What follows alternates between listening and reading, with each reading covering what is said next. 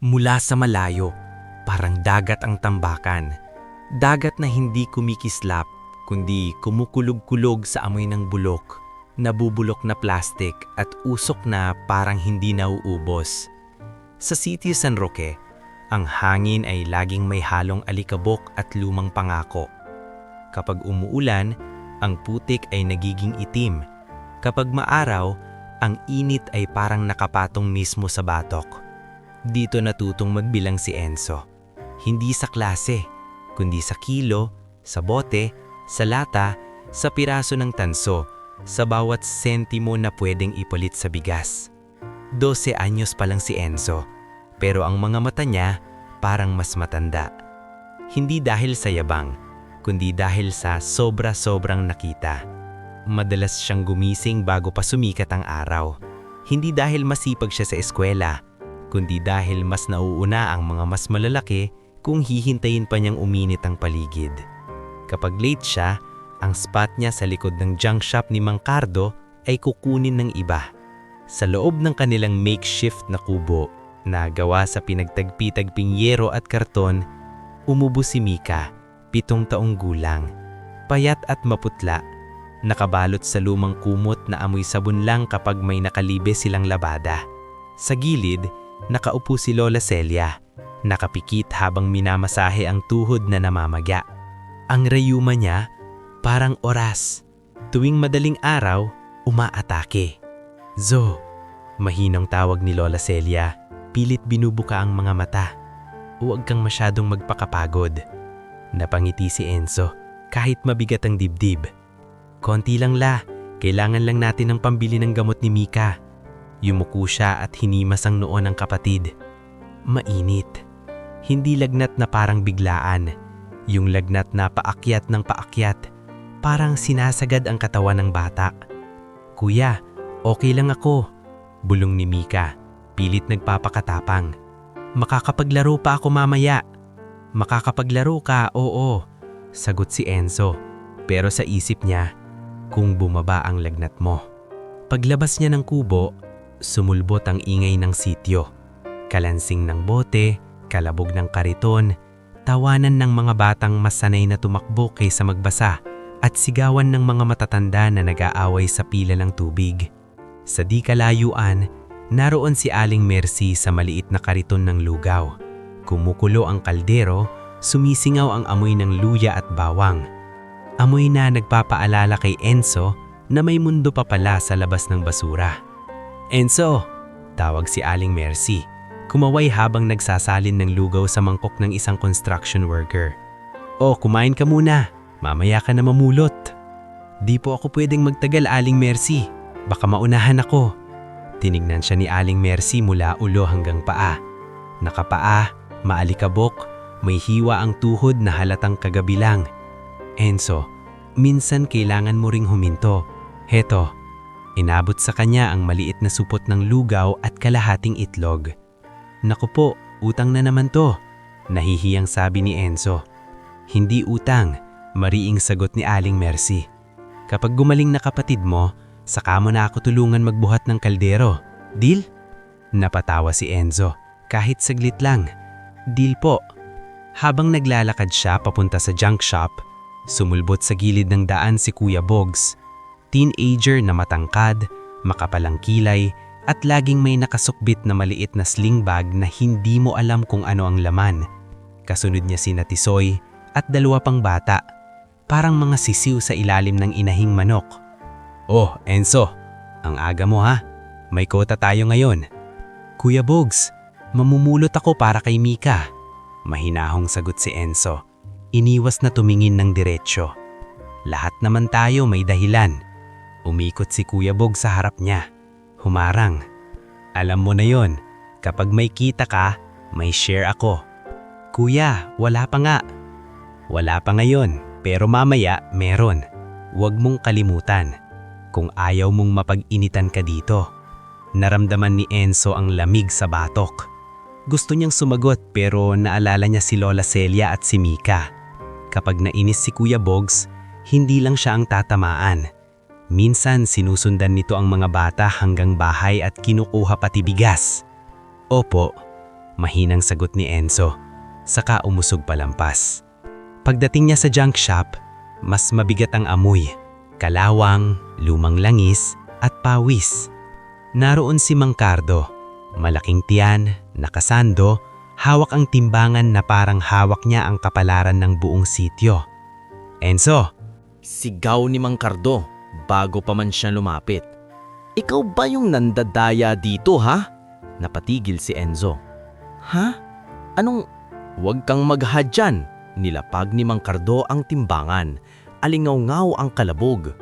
May nawawalang bakal. Kagabi pa. Sino ba ang huling nandito? Di ba ikaw? Ikaw at yung lola mong matanda. Parang tinusok ang sikmura ni Enzo. Mang Cardo, hindi po kami... hindi kayo. Lumapit si Mang Cardo. Halos magdikit ang mukha nila. Sino? Multo?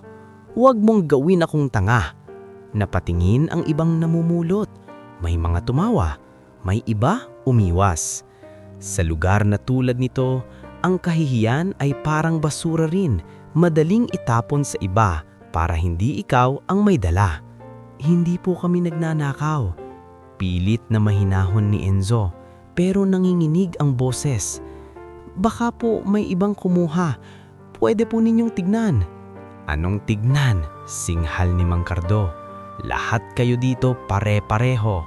Kapag gutom, kukuha. Mang Cardo, sumingit ang isang lalaking nakatayo sa gilig, si Mang Olan, matandang taga-ayos ng kariton. Baka naman... Huwag kang makialam, balik ni Mang Cardo. Enzo, kung ayaw mong ipabarangay kita, magtrabaho ka muna dito. Walang bayad. Bayad mo sa nawala. Parang gumuho ang mundo ni Enzo. Walang bayad? Paano si Mika? Paano ang gamot? Bago pa siya makasagot, may boses na malumanay pero matatag mula sa may pintuan. Mang Cardo, hindi po ganyan ang paraan. Si Ate Jessa iyon, volunteer teacher na pumupunta tuwing linggo. May bitbit na lumang tote bag na puno ng papel at lapis. Dati siyang estudyante sa kolehiyo, sabi-sabi, pero pinili niyang magturo sa mga batang hindi nakakapag-aral. Nako, Ate Jessa, iritadong sabi ni Mang Cardo. Teacher ka dyan pero sa totoong buhay, kailangan magbayad ng kasalanan. Kasalanan ba yan kung hindi naman napapatunayan? Tanong ni Ate Jessa. Lumapit kay Enzo at tumayo sa tabi niya. Baka may ibang kumuha, baka may naligaw, pero ang magparusa ng walang ebidensya, hindi yan tama. Napangingisi si Mang Cardo. Tama? Dito, hindi uso ang tama. Uso dito, survival. Suminghot si Ate Jessa. Survival din ang pag-aaral, Mang Cardo. Survival din ang hindi pagyurak sa bata. Sandaling tumahimik ang paligid. Si Enzo nakatungo. Pilit nilulunok ang luha. Ayaw niyang umiyak sa harap nila. Ayaw niyang bigyan sila ng panalo. Enzo, mahinang bulbol ni Ate Jessa. Pagkatapos nito, dumaan ka sa may tindahan ni Aling Mercy. May libreng vitamin si Dr. Thomas sa health center mamayang hapon. Dadalin natin si Mika.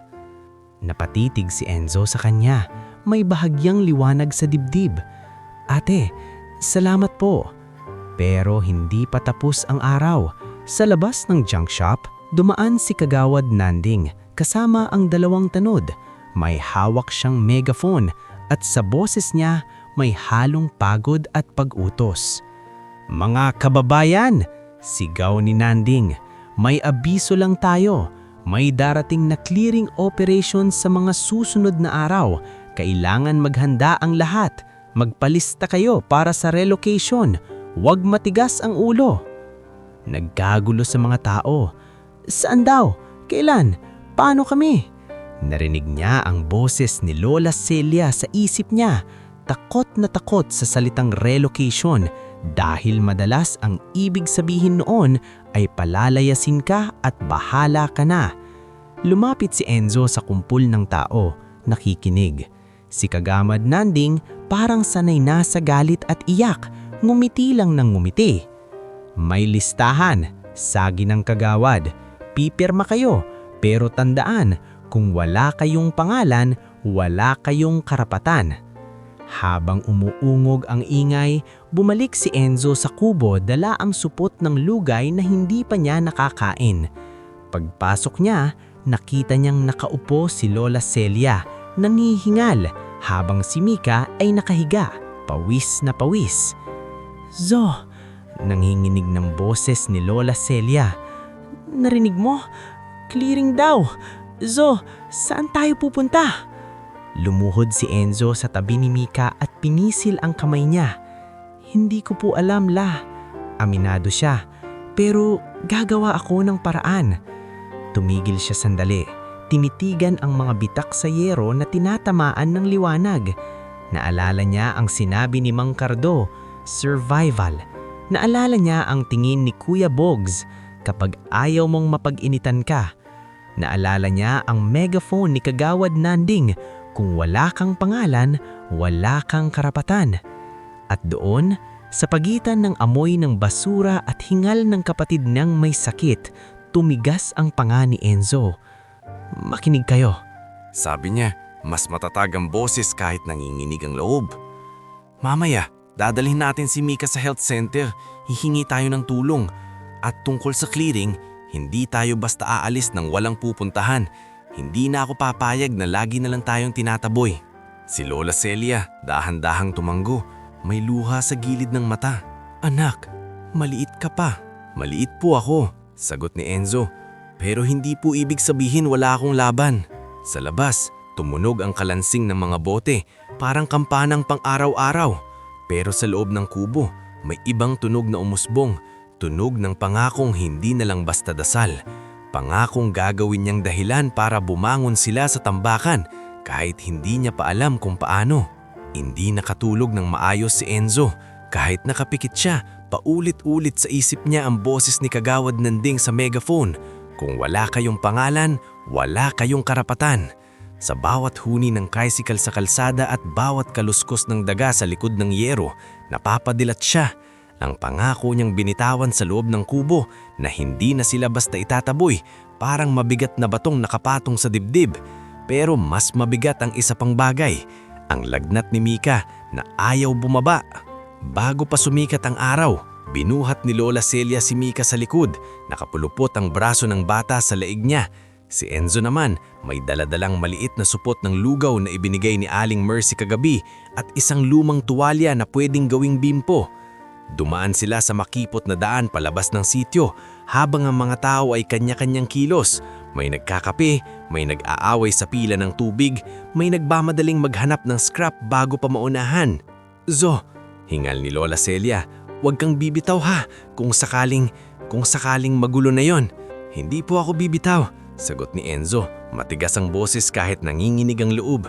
"Ate Jessa ang sabi, may vitamins daw sa health center, baka may gamot din." Pagdating nila sa maliit na health center, isang lumang gusali na halatang ilang beses ng pininturahan pero laging naluluma. Naroon si Ate Jessa. Nakapila siya kasama ng ilang nanay na may dalang sanggol. Nang makita sila, kumaway siya agad. "Enzo, Lola Celia, dito, dito!" Tawag niya, saka suminya sa isang nurse. "Nurse, yung bata po, mataas lagnat ilang araw na raw." Lumapit ang nurse na may nameplate na Nurse Yvonne, mabilis tumingin sa noo ni Mika at sa pamumutla ng labi. "Ilang araw na ang lagnat?" "Parang 2 gabi na po, tapos po ubo-ubo. Wala po kaming pambili ng gamot." Tumanggo si Nurse Yvonne. "Teka, tawagin ko si Doc." Sa loob, lumabas ang doktor, si Dr. Toma. Mukhang puyat pero malinis ang kilos at may boses na hindi malakas pero may bigat. "Saan yung pasyente?"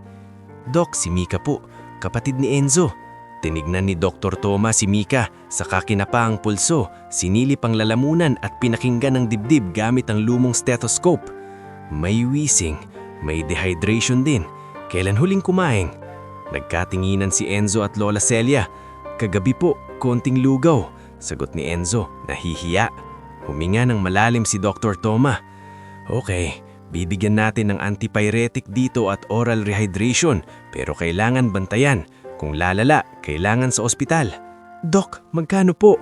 biglang tanong ni Lola Celia na nanginginig ang boses.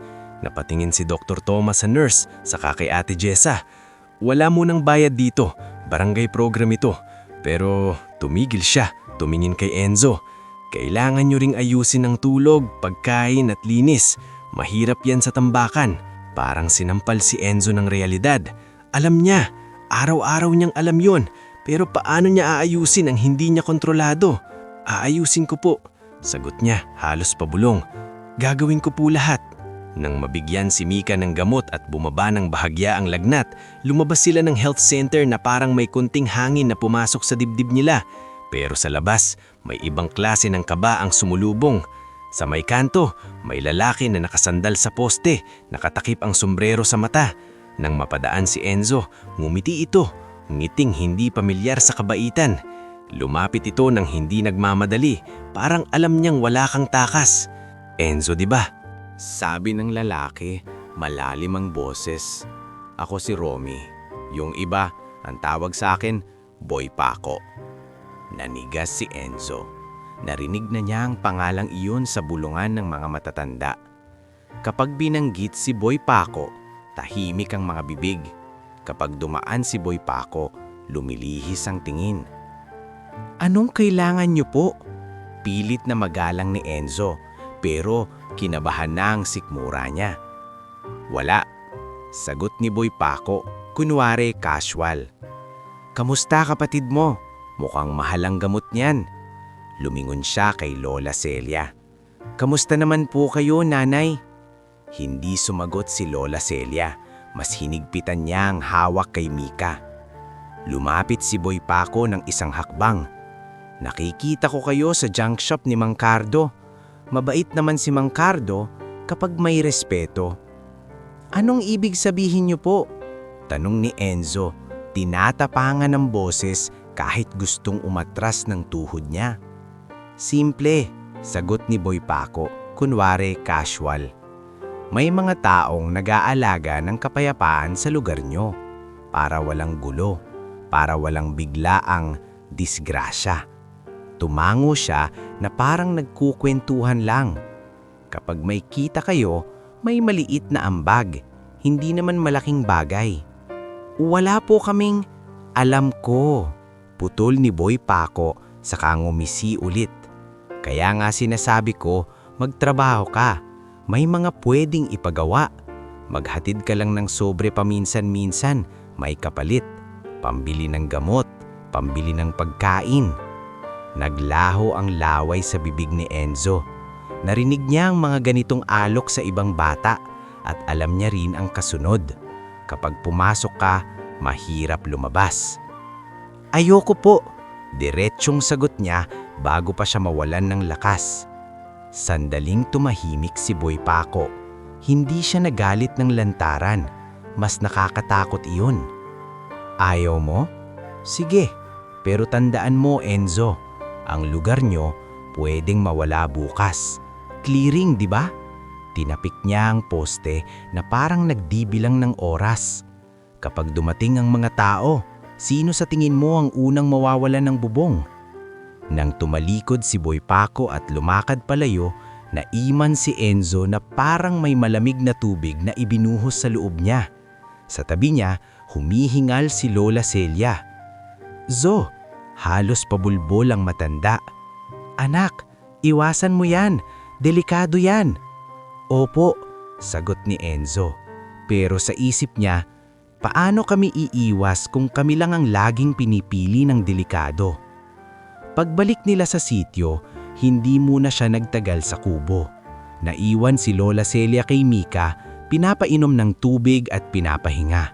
Si Enzo naman, agad na laglakad pabalik sa tambakan. Kailangan niyang kumita kahit konti. Kailangan niyang makabili ng dagdag na gamot kahit paracetamol man lang at kung may matira, bigas. Habang pumipili siya ng pwedeng ibenta, piraso ng tanso, lumang wire, lata na hindi masyadong kalawangin, na andoon si Kuya Bogs na parang nag-aabang.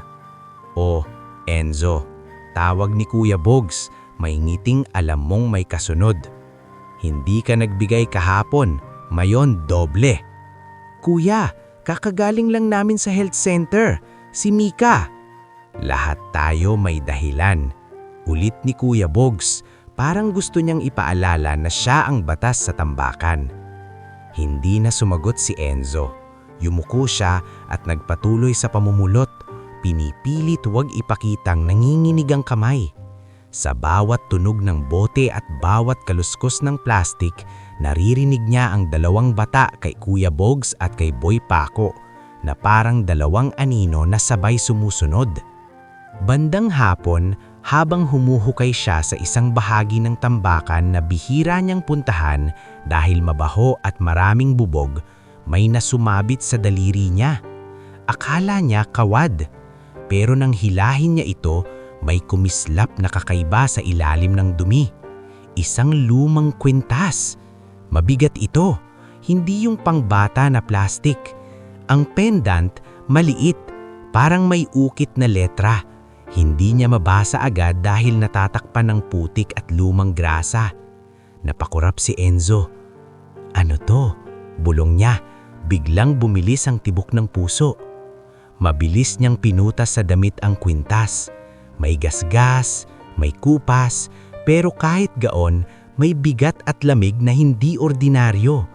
Parang hindi bagay sa tambakan. Uy! Ano yan? Sigaw ng boses sa likod. Paglingon ni Enzo, naandoon si Kuya Bogs kasama si Tisoy. Sa gilid, palapit si Nika, yung dalagitang mahilig mang-asar at laging may pilyong ngiti na parang lahat ng bagay sa mundo ay laro lang. Wala to. Mabilis na sagot ni Enzo. Itinago ang kwintas sa palad. Wala. Bakit kumikislap? Umusog si Kuya Bogs, pilit sinisilip. Pakita nga. Sa akin to. Ako ang nakapulot. Napatawa si Nika, malutong. Ay, nakapulot daw siya. Enzo, akala mo naman bagay sa'yo yan. Baka pag sinuot mo yan, maging prinsipe ka. Sabay turo sa maruming damit niya. Sumunod ang tawa ni Tisoy. Baka mamaya dalhin ka sa wansyon. Tumigil kayo, pakiusap ni Enzo. Pero halatang hindi na pakiusap ang naririnig nila, kundi pagkakataon para mangyurak. Enzo, sabi ni Kuya Bogs, biglang lumamig ang boses. Ibigay mo, baka may halaga yan. Ako ang magbebenta. Bibigyan kita ng parte. Hindi, sagot ni Enzo, mas matigas na. Kailangan ko to, para kay Mika. Kapatid mo na naman? Singhal ni Kuya Bogs, hindi umiikot ang mundo sa kapatid mo. At bago pa makaiwas si Enzo, hinablot ni Kuya Bogs ang kwintas. Nag-agawan sila. Kumalabog ang mga bote sa paligid habang nagkakagitgitan. Sa sandaling yon, nakita ni Enzo sa mata ni Kuya Bogs ang gutom. Hindi gutom sa pagkain, kundi gutom sa kontrol. At naramdaman ni Enzo na kapag nabitawan niya ito, hindi lang kwintas ang mawawala, pati pag-asa. Sinunggaban niya pabalik ang kwintas, kumapit ng mahigpit, saka tumakbo. Narinig niya ang sigaw ni Kuya Bogs sa likod. Takbo! Takbo! Sige! Pero babalikan kita, Enzo. Hindi na lumingon si Enzo. Tumakbo siya hanggang sa may siksik na eskinita ng sitio. Hingal na hingal. Dumugo ang tuhod ng tumama sa isang yero, pero hindi siya huminto. Pagdating sa kubo, dali-dali niyang hinukay ang ilalim ng sahig, yung maliit na siwang na tinatago nila ng lola niya ng kaunting barya, at doon niya ipinasok ang kwintas sa loob ng lumang garapon. Tinakpan niya ng piraso ng tela, saka binalik ang karton. Umiiyak na siya ng tahimik, hindi dahil sa sakit ng sugat, kundi dahil sa bigat ng araw. Zo, mahinang tawag ni Lola Celia mula sa loob. Bakit hingal na hingal ka? Huminga si Enzo, pinunasan ng mata, saka pumasok na parang walang nangyari. Nadulas lang po ako pero okay lang. Sa gabi, habang tulog si Mika ng bahagya, kumatok si Aling Mercy sa pinto ng kubo. May dalang maliit na supot ng tinapay. Kasunod niya si Ate Jessa. Seryoso ang mukha. Lola Celia, sabi ni Ate Jessa, may naghahanap sa inyo kanina. Sino? Agad na tanong ni Enzo, nakabahan. Hindi taga rito, sagot ni Ate Jessa. Mukhang abogada. Ang pangalan ay Attorney Dalia. Nagtatanong siya tungkol sa isang bata at isang matandang babae. Sabi niya, babalik siya bukas. Nanlambot ang kamay ni Enzo. Sa ilalim ng sahig, naroon ang garapon. Sa loob ng garapon, naroon ang kwintas, at sa labas ng kubo, naroon ang mundo. Mga taong gustong agawin ang anumang bagay na pwedeng pagkakitaan, at mga taong may kapangyarihang mag-utos kung sino ang may karapatan. "Bakit kami?" Pabulong ni Enzo, halos hindi marinig. Hindi sumagot si Ate Jessa agad. Tinitigan niya si Enzo, parang pinipili ang salita. "Hindi ko alam, Enzo, pero pakiramdam ko, hindi ito basta-basta." At sa gabing yon, habang hinihigpitan ni Enzo ang kapit sa tuhod niya at nakikinig sa mahinong paghinga ni Mika, alam niyang may parating. Isang bagay na hindi niya hiniling, pero posibleng magbago ng lahat kung mabubuhay siya sa susunod na araw nang hindi nawawasak ang maliit na mundo nilang gawa sa karton at pangako. Sagot ni Enzo, kahit naninginig ang loob. Lumapit siya kay Mika na mahimbing ang tulog. Puro halatang pagod ang katawan. Bumaba ang lagnat kagabi, pero hindi ibig sabihin ligtas na. Sumilip si Enzo sa bintana nilang karton. May ilang kapitbahay na nakatayo sa labas. Si Aling Mercy, si Mang Olan, at dalawang lanay na tsismosa pero mababait kapag may sakuna. Lahat sila nakatingin sa dulo ng kalsada, parang may hinihintay na sasakyan. "Anong meron?" tanong ni Enzo kay Aling Mercy nang lumabas siya. "Enzo," sabi ni Aling Mercy, pinapahina ang boses. "May dumating kanina sa barangay hall. May mga nakadikamerikana, may daladalang folder. Tapos may sumunod pa raw ng mga sasakyan." Parang may lamalamig na hangin na tumama sa batok ni Enzo. "Abogada po ba?" "Ewan ko," sagot ni Aling Mercy. "Pero sabi ni Kagawad Nanding, may importanteng tao daw na pupunta dito." Hindi na nakapag-usisa si Enzo pa. Sa dulo ng makipot na kalsada, unti-unting lumitaw ang isang convoy. Hindi yung ordinaryong convoy ng politiko na maingay at maraming bandila. Ito yung tahimik pero halatang may bigat. Dalawang itim na SUV, isang van, at isang sasakyang may kasunod na security. Tumigil sila sa may bukana ng sityo at sa isang iglap, parang huminto ang mundo. Pati mga batang naglalaro tumahimik, pati mga trooper ng tricycle na patingin. Bumaba muna ang dalawang lalaking nakaitim na polo, mga security. Isa sa kanila, mabilis magmasid sa paligid, kamay nasa baywang. Sumunod ang isang babaeng naka-blazer, may hawak na folder, si Attorney Dahlia. At pagkatapos niya, bumaba ang isang lalaking hindi kailangang sumigaw para maramdaman. Matangkad, maayos ang gupit, suot ng simpleng polo pero halatang mamahalin ang tela. Hindi siya ngumiti, hindi rin siya nagmamadali. Tumigil siya sandali at tumingin sa paligid na parang pinag-aaralan ng lugar. Ang mga yero, ang putik, ang mga matang puno ng tanong. "Good morning," sabi ni Attorney Dahlia. Malinaw ang boses. "Nasaan po dito si Enzo at si Lola Celia?" Nanikip ang dibdib ni Enzo. Napatingin niya kay Lola Celia na kakalabas lang ng kubo. Hawak ang panyo, naninginig ang kamay. "Ako po, si Enzo," sagot niya. Lumapit ng dahan-dahan. "Bakit po?" Lumapit ang lalaki. Isang hakbang lang. Sapat para makita ni Enzo ang mga mata niyang pagod pero matalas. Mga matang sanay magtago ng emosyon. "Enzo," mahinang sabi ng lalaki, "ako si Leandro Arman." Parang may dumaan na bulong sa mga tao. Arman, Arman. May ilan nang napasigaw sa gulat. May ilan naman nang napaupo sa gilid. Sa barangay, kahit walang TV, kumakalat ang pangalan ng mayayaman, lalo na kapag bilyonaryo. Sa di kalayuan, biglang lumitaw si Kuya Bugs kasama si Tisoy.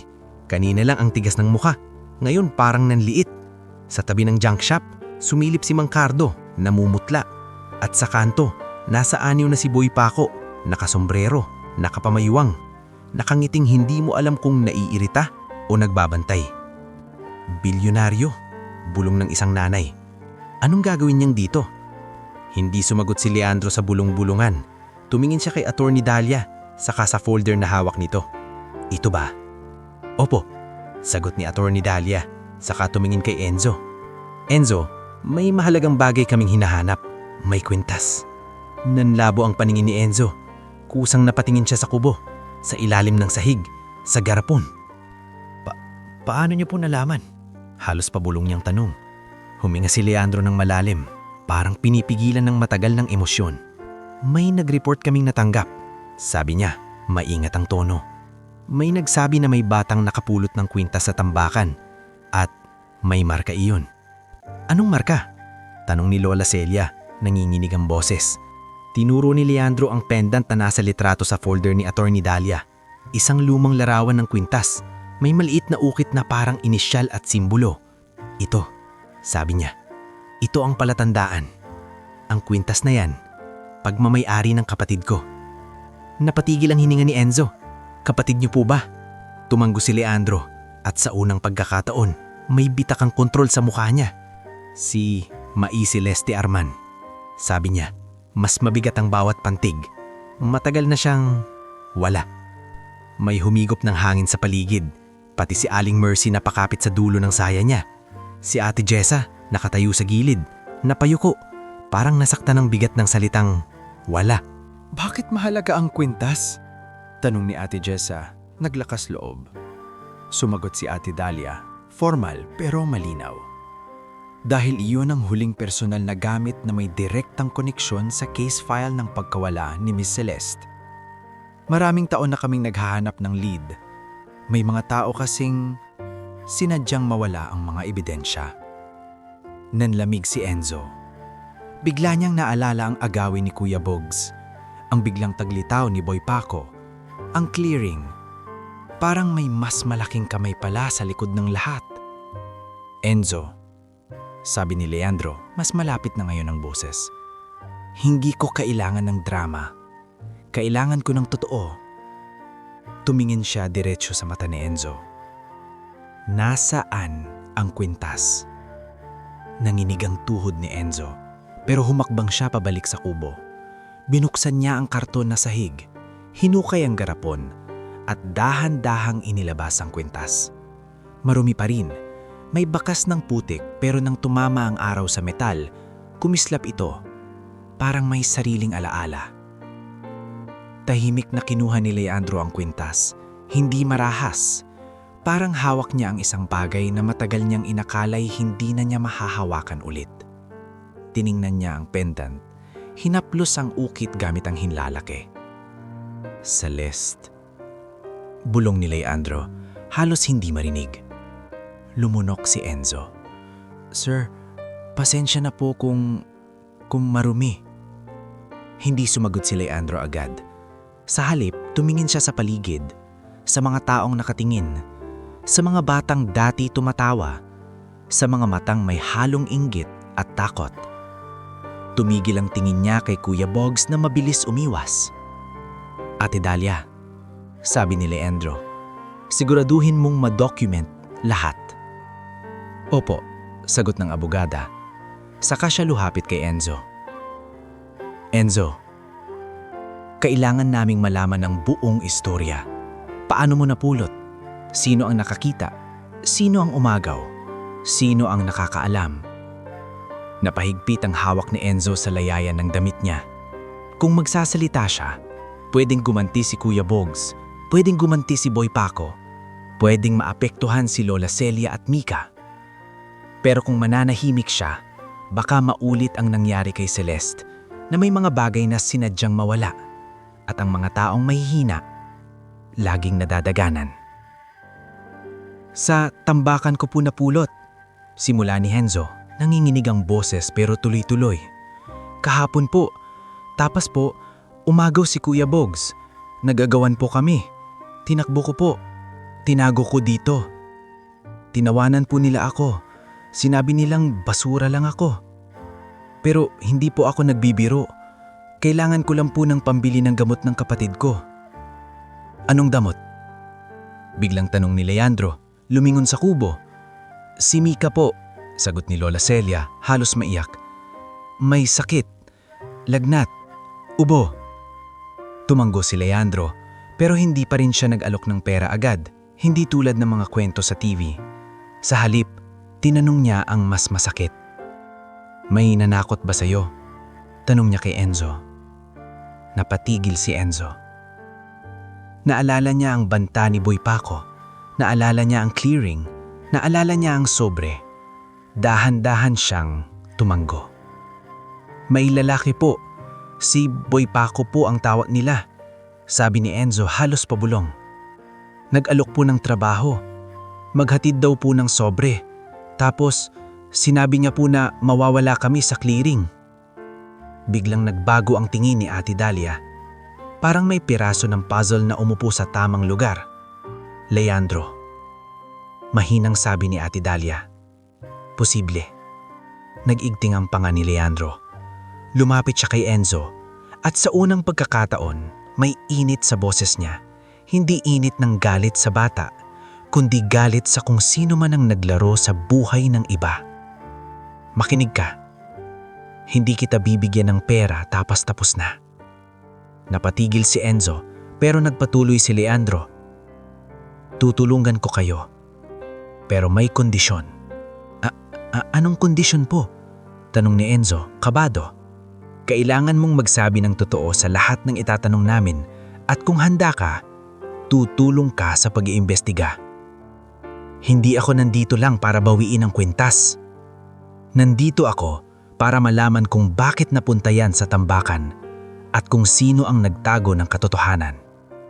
Napatingin si Enzo kay Lola Celia, manumula ang mata ng matanda, naninginig sa takot.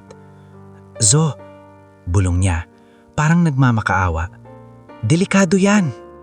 Alam ni Enzo, pero tumingin siya kay Mika na mahina ang ubo sa loob ng kubo at tumingin siya sa paligid, sa mga batang tulad niya na ginagawang laruan ng mga mas malalakas.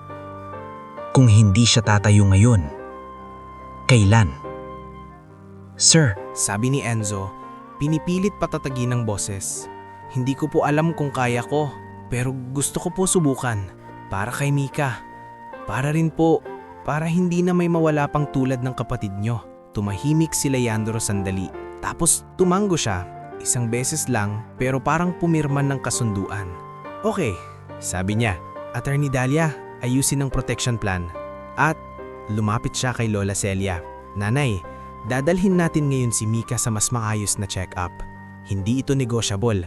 Hindi nakapagsalita si Lola Celia. Tumulo ang luha niya. Tahimik lang. Sa gilid, narinig ni Enzo ang mahinang mura ni Kuya Bogs. Narinig niya rin ang mahinang tawa ni Boy Paco sa anino. Tawang parang nagsasabing hindi pa tapos ang laban. Pero sa gitna ng putik ng Sitio San Roque, may isang bagay na nagbago. Hindi na lang basta pangako ang hawak ni Enzo. May direksyon na. May tao ng handang makinig. At may kondisyon na kailangan niyang panindigan. Kahit anong mangyari, hindi pa rin mawala sa tenga ni Enzo ang mahinang tawa ni Boy Paco sa anino. Parang paalala na kahit may dumating ng bilyonaryo sa sitio, hindi ibig sabihin ligtas na sila. Habang inaakay sila ni Attorney Dahlia papunta sa convoy, ramdam ni Enzo ang mga matang nakasunod. Yung iba puno ng inggit, yung iba puno ng takot, at yung ilan parang naghahanap ng pagkakataong bawiin ang isang bagay na hindi nila maintindihan kung bakit napunta sa kanya. Lola Celia, dahan-dahan po, sabi ni Attorney Dahlia. Maingat ang tono pero mabilis ang kilos. Sakay po tayo. Si Mika sa van. May nakahanda na pong nurse. Hindi makasagot si Lola Celia. Hawak niya lang si Mika na parang baka mawala kapag binitawan. Si Enzo naman naglalakad sa tabi. Naninikip ang lalamunan. Kung dati, pag may sasakyan na dumadaan sa sitio, tinitingala lang nila, nangangarap. Ngayon, sila na ang sasakay. Pero hindi niya maramdaman ang saya. Para siyang nililipat mula sa isang delikado papunta sa ibang delikado. Bago sila tuluyang sumakay, lumapit si Leandro Arman kay Enzo. Bitbit pa rin niya ang kwintas sa maliit na evidence pouch na ibinigay ni Attorney Dahlia. Enzo, sabi ni Leandro, mababa ang boses para sila lang ang makarinig. Opo sir, sagot ni Enzo, pilit hindi nagpapaiba ang boses. Una, huwag kang magsisinungaling kahit anong mangyari. Kahit matakot ka. Kahit may manakot, sabi ni Leandro. Pangalawa, hindi ito fairy tale. Kapag pinili mong tumulong, may kapalit, may mga taong magagalit. Lumunok si Enzo. Alam ko po, tumango si Leandro, saka tumingin sa paligid, parang sinusukat ang layo ng panganib. Kung may mangyari, sabihin mo agad kay Attorney Dahlia o sa security. Huwag kang magiging bayani mag-isa. Sa unang pagkakataon, narinig ni Enzo ang salitang bayani na hindi parang biro, pero hindi niya sinagot. Tumango lang siya sa kasukay sa sasakyan. Habang umaandar ang convoy palabas ng Sitio San Roque, tanaw ni Enzo ang tambakan sa bintana. Dati, ang tambakan ang buong mundo niya. Doon siya natutong lumaban, doon siya natutong matakot. Ngayon, unti-unti itong lumiliit sa likod. Pero ang pakiramdam niya, may kamay na humahabol mula roon. Pagdating nila sa isang pribadong klinika sa may bayan, nanlaki ang mata ni Enzo. Malinis ang sahig, malamig ang hangin, at ang amoy ay hindi usok kung hindi disinfectant. Hindi siya sanay sa ganitong katahimikan. Katahimikang parang may bayad. "San tayo?" Pabulhong ni Lola Celia, parang nahihiya. "Klinika po," sagot ni Nurse Yvonne, na sumama pala sa kanila. Ngayon naka-uniform na mas maayos. "Dito mas complete ang tests para sigurado tayo kay Mika." Sa loob, may doktor na sumulubong, hindi si Dr. Toma. Kung hindi mas matanda, si Dr. Salazar. At may assistant siyang tahimik lang. Inihiga si Mika sa maliit na bed, kinabitan ng thermometer at pulse oximeter. Si Enzo naman, nakatayo lang sa tabi, hawak ang dulo ng kumot. "Kuya," mahina ang boses ni Mika, dumilat ng bahagya. "Asan tayo?" "Safe ka dito." Ngumiti si Enzo kahit hindi buo. "Gagaling ka." Lumapit si Leandro sa pintuan, hindi pumapasok ng todo, parang hindi niya ayaw guluhin ang eksena. Nandun din si Attorney Dalia, nakabukas ang folder, may sinusulat. "Ma'am, sir." Sabi ni Dr. Salazar kay Leandro, mukhang respiratory infection, pero manageable. Kailangan ng antibiotics at mas maayos na pahinga at nutrisyon. Napahawak si Lola Celia sa dibdib. "Salamat po. Salamat." Tumanggo si Leandro. "Gawin niyo ang kailangan. Babayaran ko." Narinig ni Enzo ang salitang, "babayaran ko," na parang normal lang. Sa kanila, ang babayaran ay minsan ibig sabihin, hindi na tayo kakain bukas. Paglabas nila sa klinika, may naghihintay na sasakyan na magdadala sa kanila sa pansamantalang tirahan. Isang transitional housing unit na pagmamay-ari ng foundation ni Leandro. Hindi ito mansyon, hindi ito pang TV, pero para kay Enzo, parang ibang planeta. May pintuan na totoong kahoy, may bintana na salamin, at may maliit na kusina na may gripo na gumagana. "Dito muna kayo," sabi ni Miss Rhea, social worker na sumalubong sa kanila. Naka-ID siya, hawak ang clipboard at mabilis maglista. Temporary arrangement habang inaayos natin ang medical, legal at schooling plan. "Lola Celia, kailangan ko po ng buong pangalan nyo, birthday at kung may ID kayo." Napakamot si Lola Celia, halatang naihiya. "Wala po akong ID. Nawala po nung lumipat kami." "Okay lang po," sagot ni Miss Rhea, profesional ang tono. "We'll help you." "Enzo, ikaw, anong grade mo last na natapos?" "Grade 5 po, pero matagal na," sagot ni Enzo. "Nokad," sabi ni Miss Rhea. "May education support program tayo, pero step by step." Sa loob ng unit, pinahiga si Mika sa maliit na kama. Umupo si Lola Celia sa gilid, parang natatakot hawakan ng malinis na kumot. "Zo, parang panaginip." "Hindi po panaginip," sagot ni Enzo. Pero sa loob niya, parang oo. At alam niyang ang panaginip, madaling maglaho. Kinabukasan, dumating si Coach Iggy, isang lalaking may malapad na ngiti at amoy langis ng makina. May dala siyang maliit na toolbox at lumang laptop. "Zo, di ba namumulot ka ng wire at bakal?" sabi ni Coach Iggy, diretso agad. "May skill ka na hindi mo alam. Tuturuan kita mag-basic repair. Keyboard, mouse, paglilinis, pag-test. Kapag natutunan mo, may trabaho ka sa partner shop namin. Hindi agad malaki, pero honest." Napatingin si Enzo sa laptop na parang santo. "Pwede po ba yun kahit ganito lang ako?" Ngumiti si Coach Iggy. "Ganito lang? Hoy, mas mahirap nga ang ginawa mo araw-araw. Dito, gagamit ka lang ng utak at tiyaga. Meron ka niyan." Sa tanghali, dumating si Ate Jessa. Naka-jeans, bitbit ang bag na puno ng modules. Nang makita ni Enzo, parang may naalalang tahanan. "Ate," sabi ni Enzo, napangiti ng buo sa unang pagkakataon. "Enzo," sagot ni Ate Jessa, huminga ng malalim. "Buti at okay kayo, pero makinig ka, hindi pa tapos." Nawala ang ngiti ni Enzo. "Alam ko po." Umupo sila sa maliit na sala. Si Lola Celia nagtitimpla ng kape, Nanginginig pa rin ang kamay dahil hindi sanay sa ganitong katahimikan. Si Mika, natutulog. Mas maayos na ang paghinga. Ano pong ibig sabihin niyo, ate? May nagtanong sa sitio. Pagkatapos umalis ng convoy, may mga lalaking nag-ikot. Hinahanap ka. Hinahanap kung saan kayo dinala. Nanlamig ang Enzo. Si Boy Paco. Hindi ko nakita ang muka, pero ganun ang aura. Sabi ni Ate Jessa. At may isa pa. Si Kuya Bogs. Galit na galit. Sinisisi ka. Sinasabi niya, dahil sa'yo, mapapahamak daw sila. Napapikit si Enzo. Hindi niya gustong mapasama ang iba, pero alam niyang kung hindi siya mananahimik, lalong lalaki ang power ng mga taong tulad ni Boy Paco. Kinagabihan, dumating si Leandro at Attorney Dalia. Sa lamesa, naglatag si Attorney Dalia ng mga lumang clipping, report, at mga larawan ng kwentas. Enzo, sabi ni Attorney Dalia, kailangan naming i-record ang statement mo ng maayos. Hindi lang tungkol sa kwentas, tungkol sa mga nananakot, tungkol sa clearing, at tungkol sa junk shop. Bakit pati junk shop? Tanong ni Enzo. Sumagot si Leandro. Mabigat ang boses. Dahil may dahilan kung bakit napunta ang kwenta sa tambakan. Walang mahuhulog doon ng ganun lang. May taong nag-utos, may taong nagtapon. At kung tama ang hinala namin, ginamit ang tambakan at junk shop bilang daanan ng kung ano-anong transaksyon.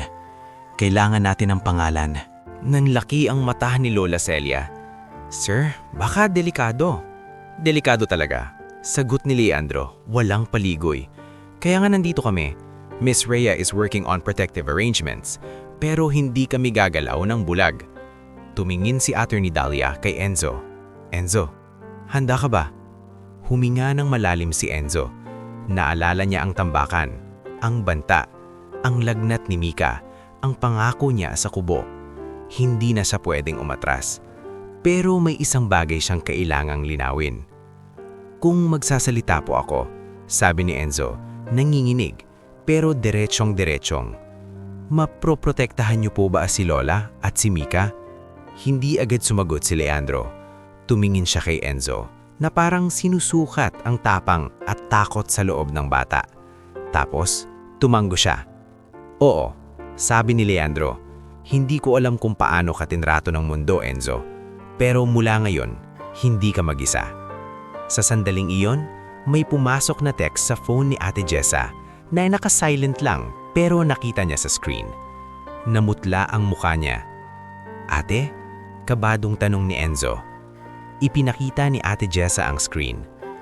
Alam namin nasaan kayo. Bawiin niyo ang sinasabi ni Enzo. Kung hindi, babalik kami sa sitio at may masasaktan. Sa parang may yelong bumalot sa likod ni Enzo, naramdaman niyang hindi ito basta pananakot. Ito ang kapalit ng pag-angat nila.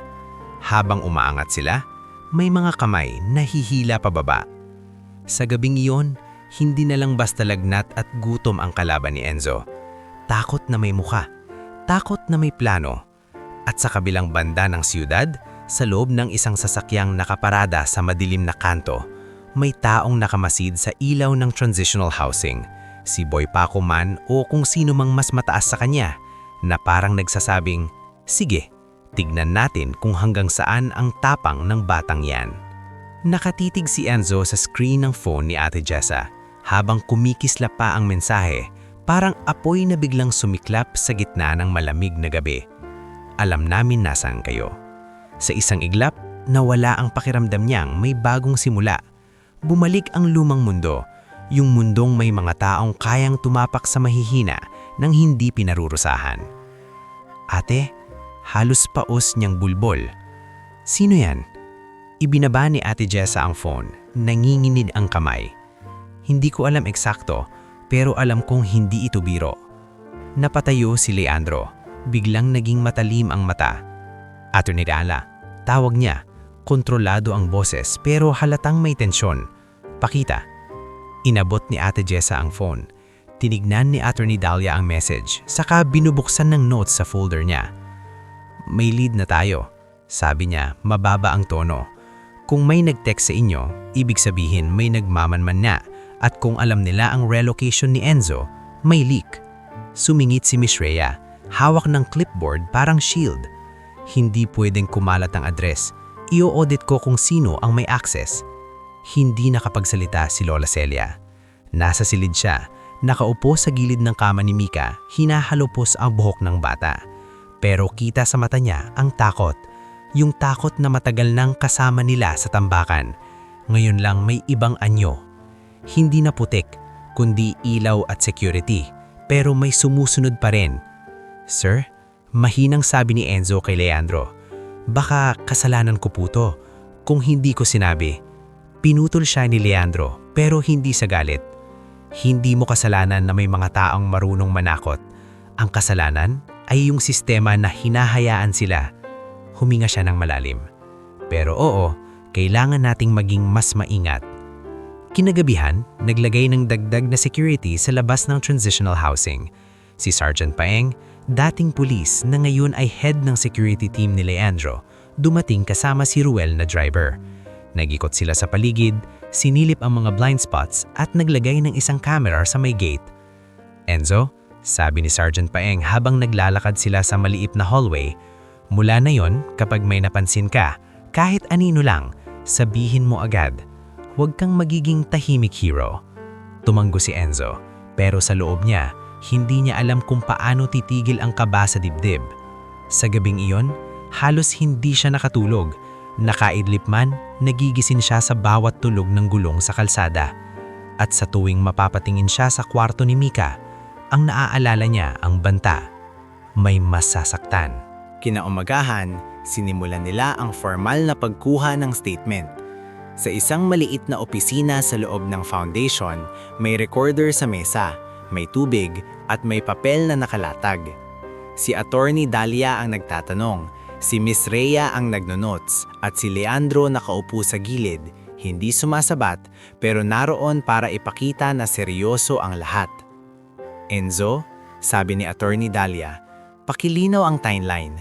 Kailan mo napulot ang kwintas, saang eksakto, at sino ang unang nakakita bukod sa'yo?" Dahan-dahan nagsalita si Enzo.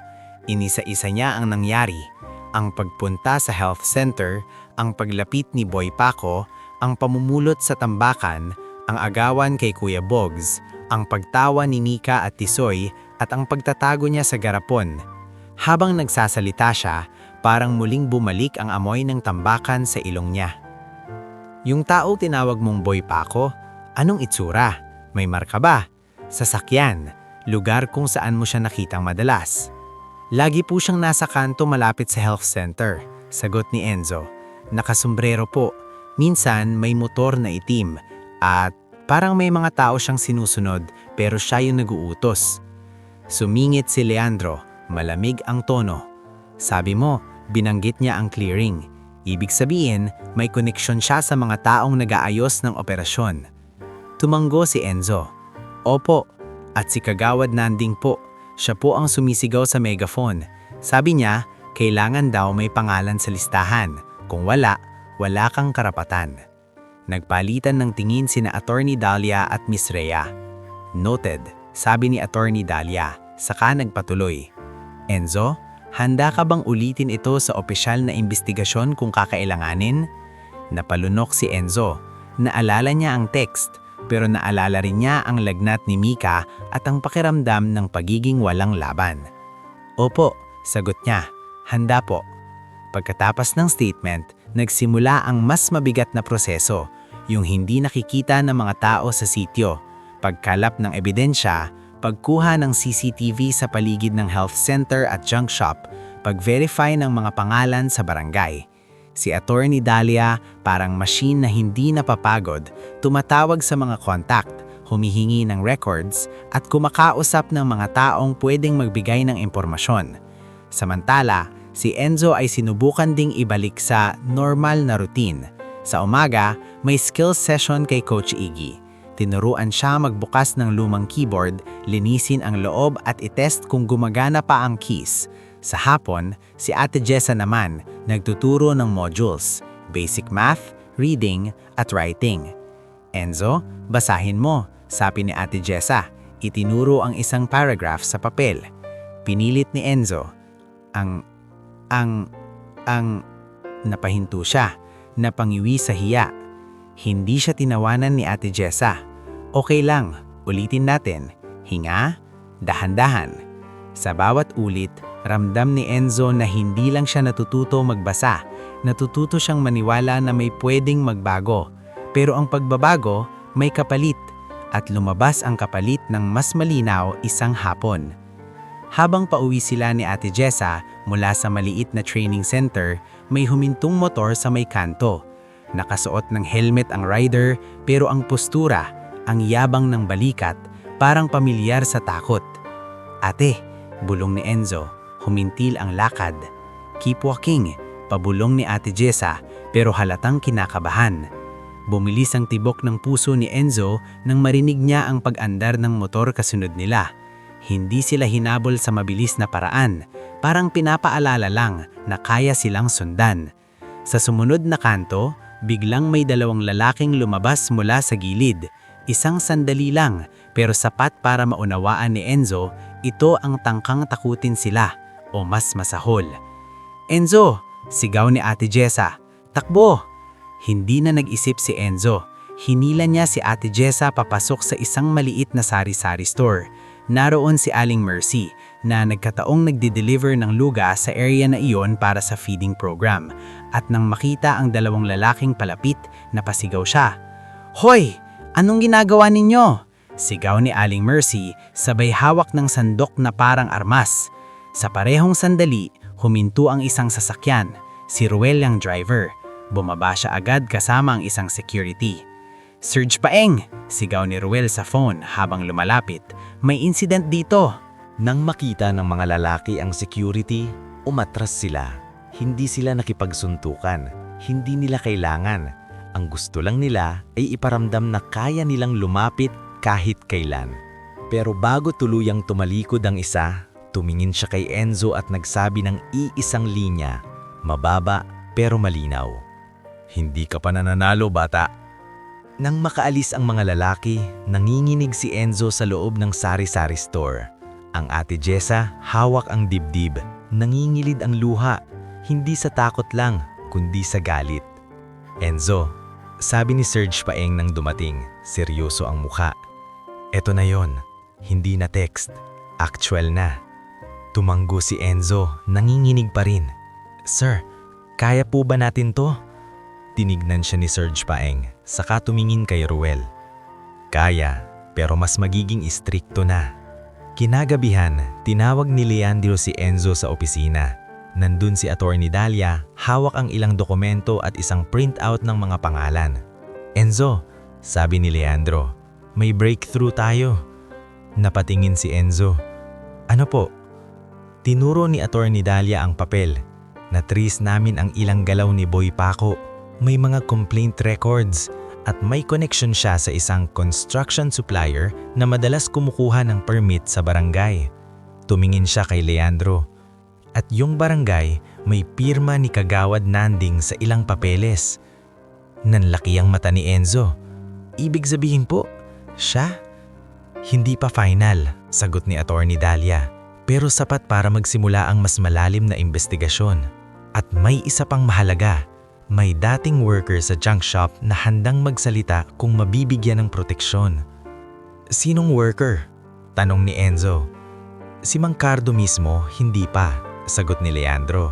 Pero may taong malapit sa kanya. At kung magsalita siya, babagsak ang buong galaw sa tambakan. Tahimik si Enzo, pero sa loob niya, may halong takot at pag-asa. Kung totoo ito, may chance na mabago ang sityo. Na hindi lang sila ang mailigtas, pero alam din niyang kapag nagsimulang bumagsak ang mga taong malalakas, mas lalong magiging marahas ang kapit nila.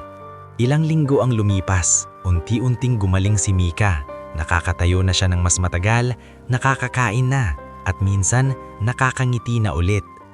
Kuya, sabi ni Mika isang gabi habang nanonood sila ng maliit na TV sa unit. Totoo ba na babalik tayo sa tambakan? Huminto si Enzo. Matagal niyang iniisip kung ano ang sasabihin. Babalik tayo, sagot niya sa wakas. Pero hindi para tumira ulit. Babalik tayo para tulungan yung iba. Sa mga sumunod na buwan, tuloy-tuloy ang proseso. May hearing, may formal complaint, may paglipat ng ilang pamilya sa mas maayos na relocation na hindi bahala ka na. Hindi naging instant ang hustisya, pero unti-unti may gumagalaw. At dumating ang araw na bumalik sila sa sitio San Roque, kasama si Leandro, Miss Rhea, Ate Jessa at team ng foundation.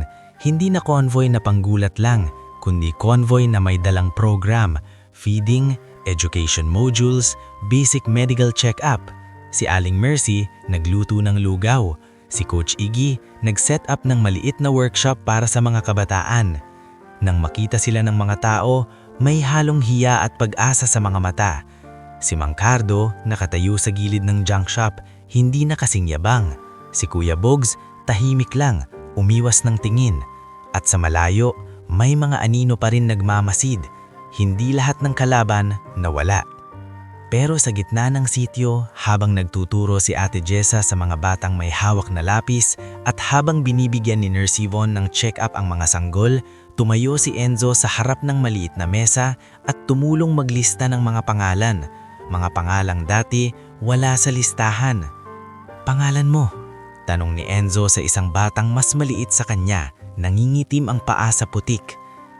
"Jomar," sagot ng bata, mahina. Isinulat ni Enzo ang pangalan, maingat, parang sagradong bagay.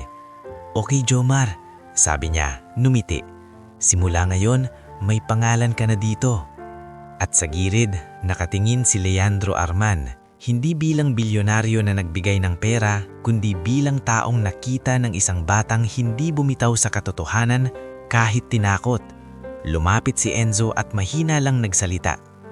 "Enzo," sabi ni Leandro, "hindi mo kailangang maging mayaman para maging mahalaga. Pero dahil pinili mong tumayo, mas marami kang nailigtas kaysa sa inaakala mo."